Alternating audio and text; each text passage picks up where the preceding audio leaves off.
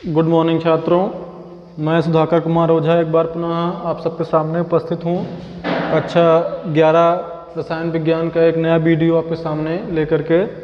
तो आज मैं आप लोगों को कक्षा 11 का जो पार्ट 2 है परमाणु संरचना, मैं उसकी जानकारी आप लोगों को दूंगा।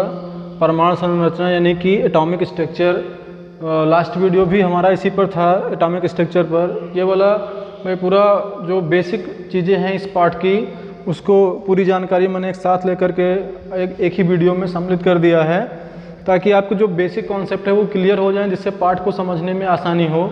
क्योंकि जो क्लास 11th के बच्चे हैं वो हाई स्कूल से सीधे 11th में आते हैं, तो कक्षा 11 यानी कि इंटर लेवल की केमिस्ट्री पढ़ने में उनको थोड़ी प्रॉब्लम आती है, जिसमें उनको बेसिक चीज़ें समझने में थोड़ा प्रॉब्लम होती है। जैसे द्रव्य, तत्व, यौगिक, परमाणु, मिश्रण, अणु, ये चीज़ें हैं, छोटी मोटी चीज़ें हैं जो बहुत इंपॉर्टेंट हैं। तो आज हम इसको क्लियर करते हैं, उसके बाद फिर अगले वीडियो में हम पार्ट की ओर बढ़ेंगे। ये भी पार्ट्स में ही है, पार्ट से अलग नहीं है, पार्ट से रिलेटेड ही है। उस पार्ट में ये सारी हेडिंग्स आपको मिल जाएंगी। तो मैंने सारी परिभाषाएं आपके सामने लिख दी हैं। मैं आपको बारी बारी डेरिवेशन करके आपको बताता हूँ कि ये कैसे कैसे क्या होगा। तो आइए आज के वीडियो शुरू करते हैं। तो चलिए देखते हैं। सबसे पहले आपको जो पहली हेडिंग है वो है द्रव्य यानी कि मैटर। मैटर क्या है? वह पदार्थ जो स्थान घेरता है, जिसमें भार होता है तथा जिसका ज्ञान हम अपनी ज्ञानेंद्रियों द्वारा करते हैं, उसे हम क्या कहते हैं? द्रव्य कहते हैं। ध्यान से सुनना और समझना कि मैं आपको क्या बता रहा हूँ और आप क्या मतलब सुन रहे हैं, आपको क्या समझ में आ रहा है। वह पदार्थ जो स्थान घेरता है, पहली लाइन, वह पदार्थ जो स्थान घेरता है तथा जिसमें भार होता है तथा जिसका ज्ञान हम अपनी ज्ञानेंद्रियों से करते हैं। ठीक है। तो वह पदार्थ जो स्थान घेरता है, हमको लगता है कि हम कुछ भी, कोई भी वस्तु अगर हम लेते हैं और उसको हम कहीं रख देते हैं तो निश्चित रूप से क्या होगा? वह स्थान अवश्य घेरेगा। अगर हम चाहे ये मार्कर है, मार्कर जहाँ रख देंगे उतनी दूर का स्थान क्या होगा? घेर लेगा। कुछ भी है, मोबाइल है, मोबाइल को हम रख देंगे, वो क्या करेगा? अपना स्थान उतना घेर लेगा। ये बोर्ड लगा हुआ है, व्हाइट बोर्ड, जितने स्थान पर लगा हुआ उतना स्थान ये घेरा हुआ है। तथा जिसमें भार होता है, हमको नहीं लगता कोई चीज़ ऐसी हो जिसमें भारहीन हो। तो प्रकृति में जितने भी वस्तुएं हैं, कोई भी वस्तु हो, सब में भार होता है और सब क्या करते हैं? सभी स्थान घेरते हैं। अतः इस प्रकार हम कह सकते हैं कि हम ब्रह्मांड में जो कुछ भी देखते हैं, सब के सब क्या है? सभी द्रव्य हैं। एक इसमें और लाइन दी गई है, उसको भी हम समझेंगे। जिसका ज्ञान हम अपनी ज्ञानेंद्रियों, कौन कौन सी ज्ञानेंद्रिय हैं? आँख, नाक, कान, मुंह, ये सारी हमारी क्या हैं? ज्ञानेंद्रियां हैं। आँख, नाक, कान, मुख, सब क्या हैं? जीवा, ये सब क्या हैं? ज्ञानेंद्रियां हैं। तो आँख क्या है? ज्ञानेंद्रिय है। तो हम आँखों से जो देखते हैं, समझ गए? तो पूरा ब्रह्मांड हम अपनी आँखों से देख सकते हैं। ब्रह्मांड में उपस्थित हर एक वस्तु को हम अपनी आँखों से देख सकते हैं। तो इस प्रकार से, इस परिभाषा के अनुसार, ये केमिस्ट्री की परिभाषा है जो हमको दी गई है, इसका जब हम निचोड़ निकालेंगे, पूरा उसका अर्थ समझेंगे, तो इसके अनुसार क्या हो जाएगा कि ब्रह्मांड में जो कुछ भी दिखाई पड़ता है, सभी के सभी क्या हैं? सभी जो है एक द्रव्य है, यानी कि एक मैटर है, एक पदार्थ है। द्रव्य की 3 भौतिक अवस्थाएं होती हैं, ठोस, द्रव और गैस। तो हम ब्रह्मांड में जो कुछ भी देखेंगे, या तो वह ठोस होगा, या तो वह द्रव होगा, या तो वो क्या होगा? गैस होगा। इसके अलावा कुछ नहीं हो सकता है। तो ब्रह्मांड में केवल 3 चीज़ें होती हैं, ठोस, द्रव और गैस। वो तीनों ही अवस्थाएं किसकी हैं? द्रव्य की। अर्थात हम कुछ भी देखेंगे, हम अपनी आँख से हवा देख रहे हैं ना, द्रव्य है। जल देख रहे हैं ना, द्रव्य है। धरती द्रव्य है। सूर्य, आकाश, पाताल, जो भी कुछ देखेंगे सब क्या है? एक द्रव्य है, यानी कि एक मैटर है, एक पदार्थ है। ठीक, क्लियर हो गया? मैटर, द्रव्य। द्रव्य वह होता है जो स्थान घेरता है तथा जिसमें भार होता है और जिसका बोध हम अपनी ज्ञानेंद्रियों द्वारा करते हैं, वो क्या कहलाता है? वह द्रव्य कहलाता है। क्लियर? इसके बाद आ जाते हैं, दूसरा है तत्व। तत्व क्या है? एलिमेंट। What is element? यानी कि तत्व किसे कहते हैं?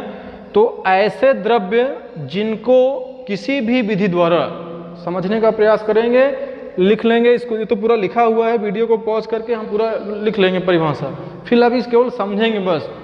तो ऐसे द्रव्य जिनको किसी भी विधि द्वारा, द्रव्य की बात हो रही है, द्रव्य मतलब कोई भी पदार्थ हो, ऐसे द्रव्य जिनको हम किसी भी विधि द्वारा दो या दो से अधिक विभिन्न द्रव्यों में अपघटित न कर सकें, उसे हम क्या कहते हैं? उसे हम तत्व कहते हैं। समझ गए ना? ऐसे अब प्रकृति में जो भी कुछ देखते हैं सब क्या द्रव्य है। अब उन्हीं द्रव्यों में, जैसे हवा क्या है? हवा द्रव्य है, उसमें क्या है? नाइट्रोजन है, ऑक्सीजन है, अन्य गैसें भी हैं। तो ऐसे द्रव्य जिनको किसी भी विधि द्वारा दो या दो से अधिक विभिन्न द्रव्यों में अपघटित न किया जा सके, अगर अपघटित कर देते हैं तब वो तत्व नहीं है, अगर अपघटित नहीं कर पाए तब क्या है? द्रव्य है, तत्व है। ठीक है, सॉरी, क्या है वो? तत्व है। जैसे हवा है, हवा क्या है? द्रव्य है। हवा में नाइट्रोजन है, ऑक्सीजन है, क्योंकि हवा का अपघटन हो रहा है। बहुत गौर से समझिएगा, हवा का अपघटन हो रहा है। कैसे अपघटन हो रहा है? हवा में नाइट्रोजन है, ऑक्सीजन है, अन्य गैसें भी हैं ना। तो हवा में 3 गैसें हैं, इसका मतलब हवा का अपघटन हो गया। हवा के 3 पार्ट हैं, नाइट्रोजन, ऑक्सीजन, इसलिए हवा क्या है? तत्व नहीं है। यहाँ पर लिखा है कि अपघटन न किया जा सके, यानी कि हवा का अपघटन हो गया नाइट्रोजन, ऑक्सीजन और अन्य गैसों में, इसलिए हवा जो है तत्व नहीं है। अब उसमें तत्व क्या है? नाइट्रोजन, क्योंकि नाइट्रोजन का अपघटन हम नहीं कर सकते हैं, ऑक्सीजन का अपघटन हम नहीं कर सकते हैं। तो ऐसा द्रव्य, द्रव्य के पार्ट, मतलब द्रव्य के अंदर जो द्रव्य हैं उनका जो पार्ट है, तो हम ऐसे द्रव्य जिनका अपघटन दो या दो से अधिक भागों में न कर सकें, जिसका हम किसी भी विधि द्वारा अलग न कर सकें, पार्ट न कर सकें, तोड़ न सकें, अपघटन न कर सकें, खंड न कर सकें, कोई भी कुछ कह सकते हैं, सब न कर सके, वो क्या है? वो हमारा क्या है? द्रव्य है, वो तत्व है। समझ गए ना? तत्व का अपघटन नहीं होता है। Hydrogen, helium, lithium, beryllium, boron, carbon, nitrogen, oxygen, fluorine, sodium, magnesium, aluminium, phosphor, जितने भी तत्व हैं उनका अपघटन हम नहीं कर सकते। 118 तत्व हैं, 118 तत्व का अपघटन हम नहीं कर सकते हैं, वो हमेशा पूर्ण अवस्था में पाए जाते हैं। क्लियर हो गया? यहाँ पर जैसे में आप लिख सकते हैं, जैसे लोहा, सोना, चांदी, सभी क्या हैं? तत्व हैं। हाइड्रोजन, फ्लोरीन, सब, हाइड्रोजन के बाद helium, lithium, beryllium, boron, carbon, कुछ भी लिख देंगे, सब क्या है? तत्व है। ठीक है, इसके बाद आ जाते हैं यौगिक पर। यौगिक की चर्चा करते हैं। यौगिक क्या है? शुद्ध समांगी द्रव्य। समांगी का मतलब है जिसमें समान अनुपात में मिलाया गया हो। शुद्ध मतलब शुद्ध आप समझते हैं, प्योर होना चाहिए। शुद्ध समांगी द्रव्य जो दो या दो से अधिक तत्वों के निश्चित अनुपात में पारस्परिक रासायनिक संयोग से बनता है, उसे हम क्या कहते हैं? यौगिक कहते हैं। शुद्ध होना चाहिए, समांगी होना चाहिए, द्रव्य होना चाहिए। शुद्ध समांगी द्रव्य के दो या दो से अधिक तत्वों, यहां पर तत्वों शब्द आया है, इसको गौर करेंगे। शुद्ध समांगी द्रव्य होना चाहिए, दो या दो से अधिक को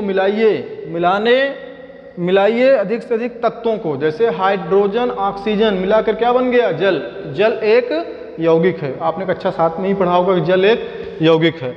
क्यों यौगिक है? क्योंकि जल में हाइड्रोजन और ऑक्सीजन मिला है, और जब दो या दो से अधिक तत्व निश्चित अनुपात में मिलते हैं, 2:1 में, H2 2H2 प्लस O2 यानी कि 2:1 में क्या मिलता है? हाइड्रोजन ऑक्सीजन मिलने से जल बनता है। जल एक यौगिक है। NaCl, सोडियम क्लोराइड, 1:1, एक सोडियम एक क्लोरीन मिलकर क्या बना? सोडियम क्लोराइड, नमक बन गया। तो नमक क्या है? एक यौगिक है। जब दो तत्व या दो से अधिक तत्व आपस में मिल जाते हैं तो हम उसे क्या कहते हैं? यौगिक।